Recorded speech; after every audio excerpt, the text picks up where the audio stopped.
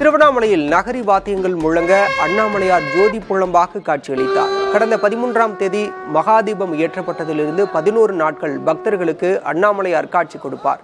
அதன்படி 7ஆம் நாளான நேற்று மகாதீப கொப்பரையிலிருந்து நகரி வாத்தியங்கள் விண்ணை பிளக்க ஜோதியாய் அண்ணாமலையாய் தோன்றினார்.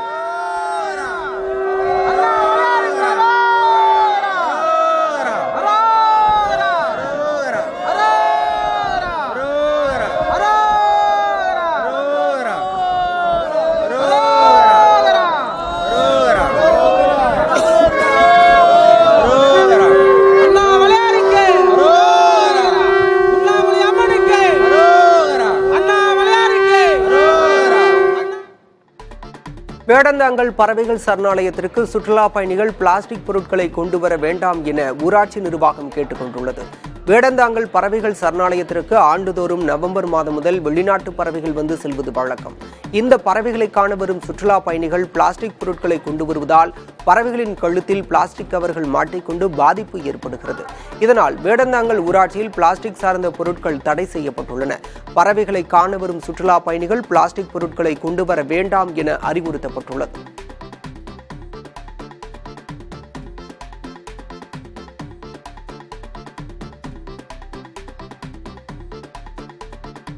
தேனி மாவட்டம் போடி அருகே உணவுக்காக வெளிநாட்டு பறவைகள் கண்மாயில் தஞ்சமடைந்துள்ளன.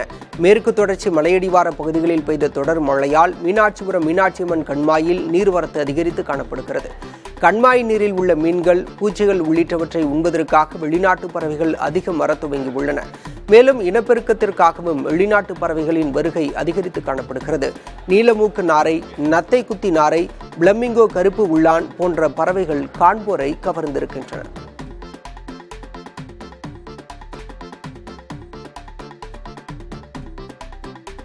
வைகை எக்ஸ்பிரஸ் ரயில் மேல்மருவத்தூர் ரயில் நிலையத்தில் 2 நிமிடம் நின்று செல்லும் என தெற்கு ரயில்வே அறிவித்துள்ளது.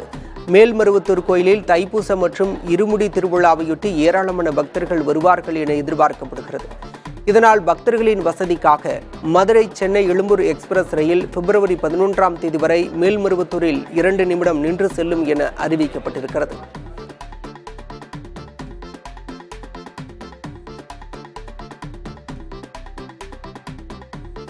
புதிய தலைமுறை செய்தி எதிரொலியாக சேலம் அம்மாப்பேட்டை பிரதான சாலையில் உயர்மட்ட பாலம் கட்டி முடிக்கப்பட்டுள்ளது. அம்மாப்பேட்டையில் ஈசன் வளாகத்திலிருந்து தண்ணீர் தேங்குவது தொடர்கதையாகியிருந்தது. இது தொடர்பான செய்தி புதிய தலைமுறையில் வெளியான நிலையில் தரைப்பாலத்தை அகற்றி 52 லட்சம் ரூபாய் மதிப்பில் உயர்மட்ட பாலம் கட்டுவதற்கான அறிவிப்பு வெளியிடப்பட்டது.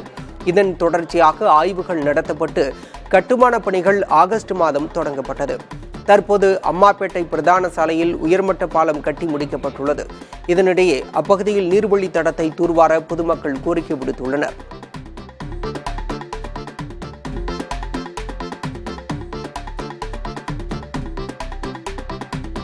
வைகை அணை வேகமாக நிரம்பி வருவதால் மதகு பகுதியில் உள்ள ஷட்டர்களை பராமரிக்கும் பணியில் பொதுப்பணித்துறையினர் ஈடுபட்டுள்ளனர்.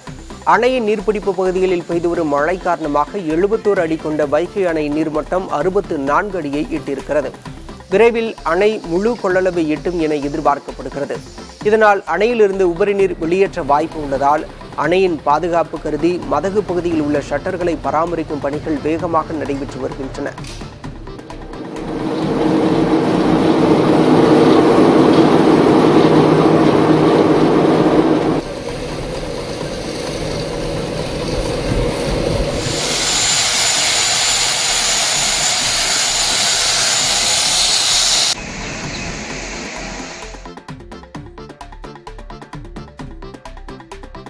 கோவை மாவட்டம் பொள்ளாச்சி அருகே ஆழியார் அணை நீர்மட்டம் 119 அடியை எட்டியதை அடுத்து வெள்ள எச்சரிக்கை விடுக்கப்பட்டிருக்கிறது. 120 அடி கொள்ளளவு கொண்ட ஆழியார் அணைக்கு நீர்வரத்து 713 கனஅடியாக உள்ளது. அணையிலிருந்து வினாடிக்கு 467 கனஅடி தண்ணீர் வெளியேற்றப்படுகிறது. ஆழியார் அணை விரைவில் முழு கொள்ளளவை எட்டும் என எதிர்பார்க்கப்படுவதால் பொதுமக்கள் யாரும் கரையோரம் கால்நடைகளை மேய்ச்சலுக்கு கொண்டு செல்ல வேண்டாம் எனவும், ஆற்றில் குளிப்பது, துணி துவைப்பது, கால்நடைகளை குளிக்க வைப்பது போன்றவற்றை மேற்கொள்ள வேண்டாம் எனவும் பொதுமக்களுக்கு எச்சரிக்கை விடுக்கப்பட்டுள்ளது.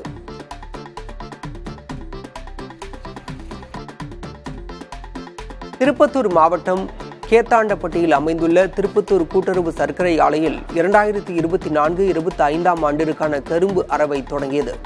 மாவட்ட ஆட்சியர் தர்பகராஜ், ஜோலார்பேட்டை சட்டமன்ற உறுப்பினர் தேவராஜ் ஆகியோர் கரும்பு அரவையை தொடங்கி வைத்தனர். நடப்பு பருவத்திற்கு சுமார் 76,000 மெட்ரிக் டன் கரும்பு அரவை செய்ய திட்டமிட்டுள்ளதாகவும், கரும்பு டன் ஒன்றுக்கு 3,267 ரூபாய் வழங்கப்படுவதாகவும் கூட்டுறவு சர்க்கரை ஆலை நிர்வாகம் தெரிவித்திருக்கிறது. மேலும் ஊக்கத்தொகையாக 215 ரூபாய் தரவுள்ளதாகவும் தெரிவிக்கப்பட்டிருக்கிறது.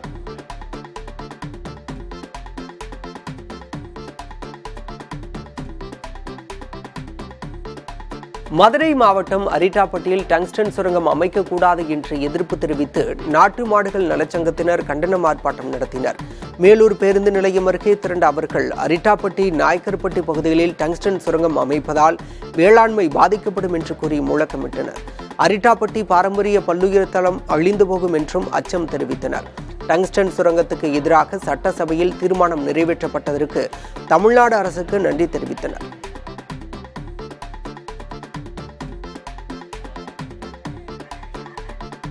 புதுக்கோட்டை மாவட்டம் இலுப்பூர் அருகே காரைக்காலிலிருந்து கடத்தி வரப்பட்ட 4,50,000 ரூபாய் மதிப்புள்ள மதுபாட்டில்களை காவல்துறையினர் பறிமுதல் செய்தனர். காரைக்காலைச் சேர்ந்த சோமசுந்தரம், அரவிந்த் மற்றும் குமரேசன் ஆகியோரை காவல்துறையினர் கைது செய்து சிறையில் அடைத்தனர்.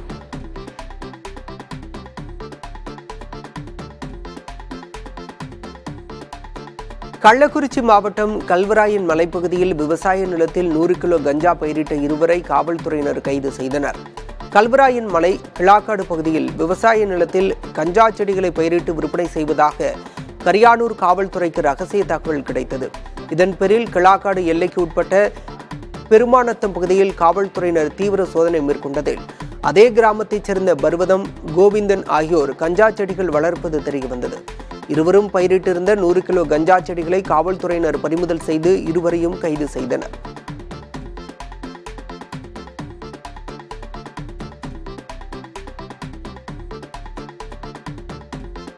விருதுநகர் மாவட்டம் அருப்புக்கோட்டை அருகே சொகுசு காரில் புகையிலைப் பொருட்கள் கடத்தி வந்தவரை காவல்துறையினர் கைது செய்தனர்.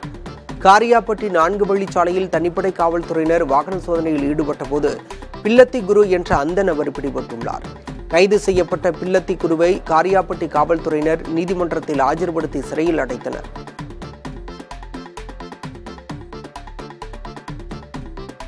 சிவகங்கை மாவட்டம் காரைக்குடியில் குடியிருப்பு பகுதியில் குப்பைகளை கொட்ட வந்த நகராட்சி வாகனங்களை பொதுமக்கள் சிறைபிடித்தனர்.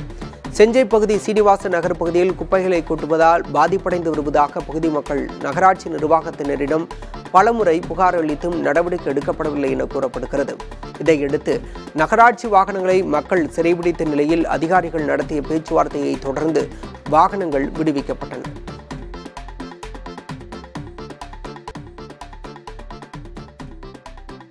புதிய தலைமுறை செய்தி எதிரொலியாக தேனி மாவட்டம் பெரியகுளம் அருகே தூர்வாரப்பட்ட கண்மாய் முழுமையாக நிறைந்து உபரிநீர் வெளியேறி வருவதால் விவசாயிகள் மகிழ்ச்சி அடைந்துள்ளனர். லட்சுமிபுரம் கிராமத்தில் உள்ள கண்மாயில் புதிய வகை தாவரம் பரவி ஆக்கிரமித்ததால் மீன்கள் வளர்க்க முடியாத நிலை ஏற்பட்டதுடன் கண்மாயில் இருந்து நீர் எடுப்பதிலும் பாதிப்பு ஏற்பட்டது. இது தொடர்பாக புதிய தலைமுறையில் செய்தி வெளியானதை அடுத்து கண்மாய் முழுமையாக தூர்வாரப்பட்டது. இந்நிலையில் வடகிழக்கு பருவமழையால் கண்மாய் முழுமையாக நிறைந்து உபரிநீர் வெளியேறி வருவதால் கண்மாய் பாசன விவசாயிகள் மகிழ்ச்சியுடன் புதிய தலைமுறைக்கு நன்றி தெரிவித்தனர்.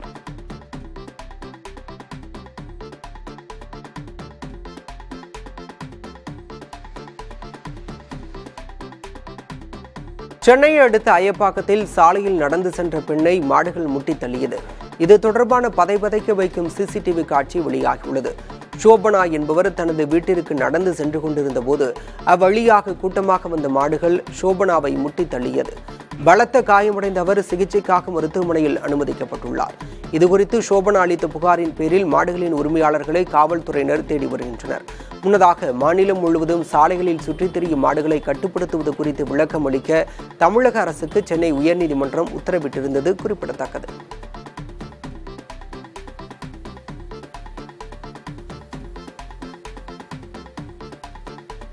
தஞ்சை மாவட்டம் திருவையாறு அருகே 3 மாதங்களுக்கு முன்பு நடப்பட்ட வாழை கன்றில் வினோதமாக வந்துள்ள பூவை விவசாயிகள் ஆச்சரியத்துடன் பார்த்து செல்கின்றனர். திருப்பந்துருத்தியைச் சேர்ந்த நடராஜன் என்பவர் வளப்பக்குடி கிராமத்தில் 3 ஏக்கர் நிலம் ஒப்புகை பெற்று அவற்றில் வாழைக்கன்றுகளை நட்டுள்ளார்.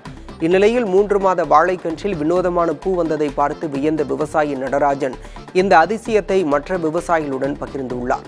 இதையடுத்து அப்பகுதி விவசாயிகள் நடராஜனின் தோட்டத்தில் வாழை மரத்தில் முளைத்துள்ள அதிசயமான பூவை பார்த்து செல்கின்றனர்.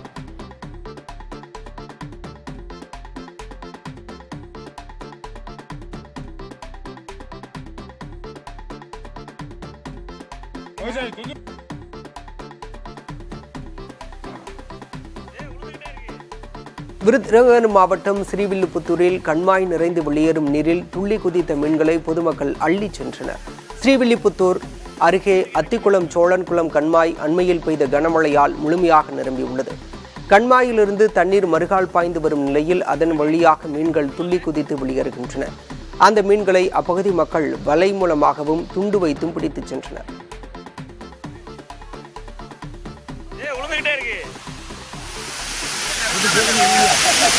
வீட்டுக்கு இறக்கிக்க போயிருப்பான்.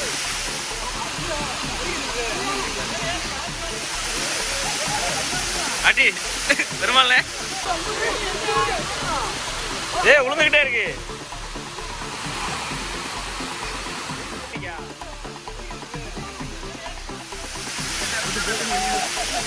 வீட்டுக்கு இறக்கிக்க போயிருப்பான்.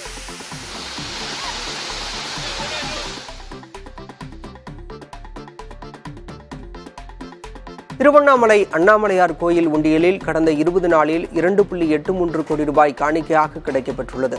இந்த கோயிலுக்கு வரும் பக்தர்கள் காணிக்கை செலுத்த வசதியாக அஷ்டலிங்கம், திருநீர் அண்ணாமலையார் கோயில், ஆதி அருணாச்சலேஸ்வரர் கோயில் உள்ளிட்ட இடங்களில் 36 நிரந்தர உண்டியல்களும் 20 தற்காலிக உண்டியல்களும் வைக்கப்பட்டன.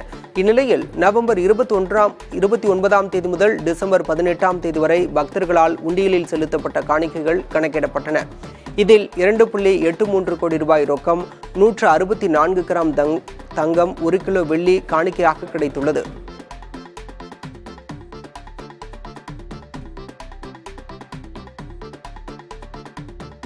மத்திய அமைச்சர் அமித்ஷா அம்பேத்கர் குறித்து அவதூறாக பேசியதாக குற்றம் சாட்டி திருவண்ணாமலை மாவட்டம் வந்தவாசியில் திமுகவினர் ஆர்ப்பாட்டம் நடத்தினர்.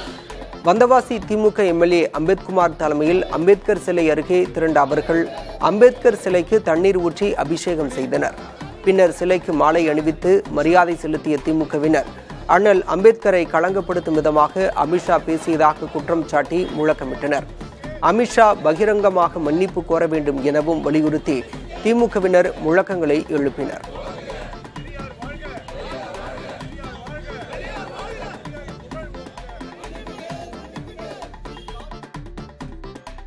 இயற்கை உரங்களை பயன்படுத்த வேண்டியதன் அவசியம் குறித்து தருமபுரி மாவட்டம் காரிமங்கலத்தில் நடைபெற்ற கருத்தரங்கில் விவசாயிகளுக்கு எடுத்துரைக்கப்பட்டது. பல்வேறு நவீன விவசாய கருவிகள் காட்சிப்படுத்தப்பட்டிருந்த இந்த நிகழ்வில் பங்கேற்ற விவசாயிகள் தங்களுக்கு தேவையான இயற்கை உரங்கள் மற்றும் கருவிகளை வாங்கிச் சென்றனர். மண்வளம் பாதிப்படையாமல் உணவுப் பொருட்களையும் காய்கறிகளையும் இயற்கை முறையில் சாகுபடி செய்ய விவசாயிகளுக்கு அறிவுறுத்தல்கள் வழங்கப்பட்டன. தனியார் உர நிறுவனங்களின் சார்பில் ஏற்பாடு செய்யப்பட்ட இந்த நிகழ்ச்சியில் சேலம், தருமபுரி, கிருஷ்ணகிரி, நாமக்கல் மாவட்டங்களிலிருந்து ஏராளமான விவசாயிகள் கலந்து கொண்டனர்.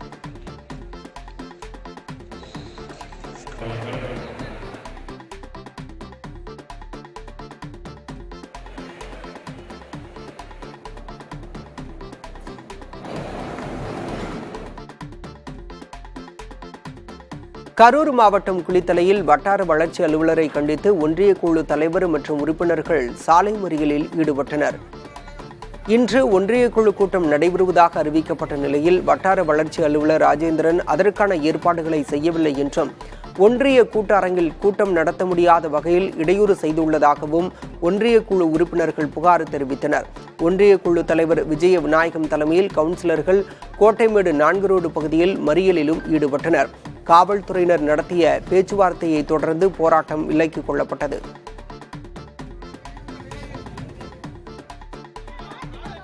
விழுப்புரம் மாவட்டம் செஞ்சி தாலுகா மரூர் கிராம மக்கள் சாலை மறியலில் ஈடுபட்டனர்.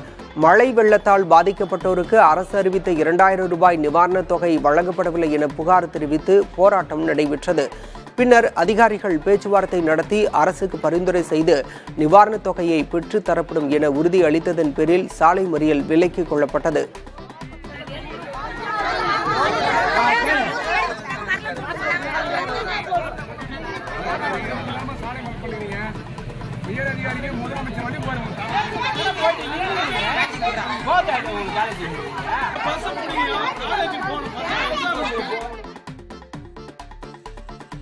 திருவள்ளூர் மாவட்டம் புழல் அருகே சாலை தடுப்பு மீது மோதி விபத்துக்குள்ளான லாரி மீது மாநகர பேருந்து மோதியதில் பயணிகள் நல்வாய்ப்பாக காயமின்றி உயிர் தப்பினர்.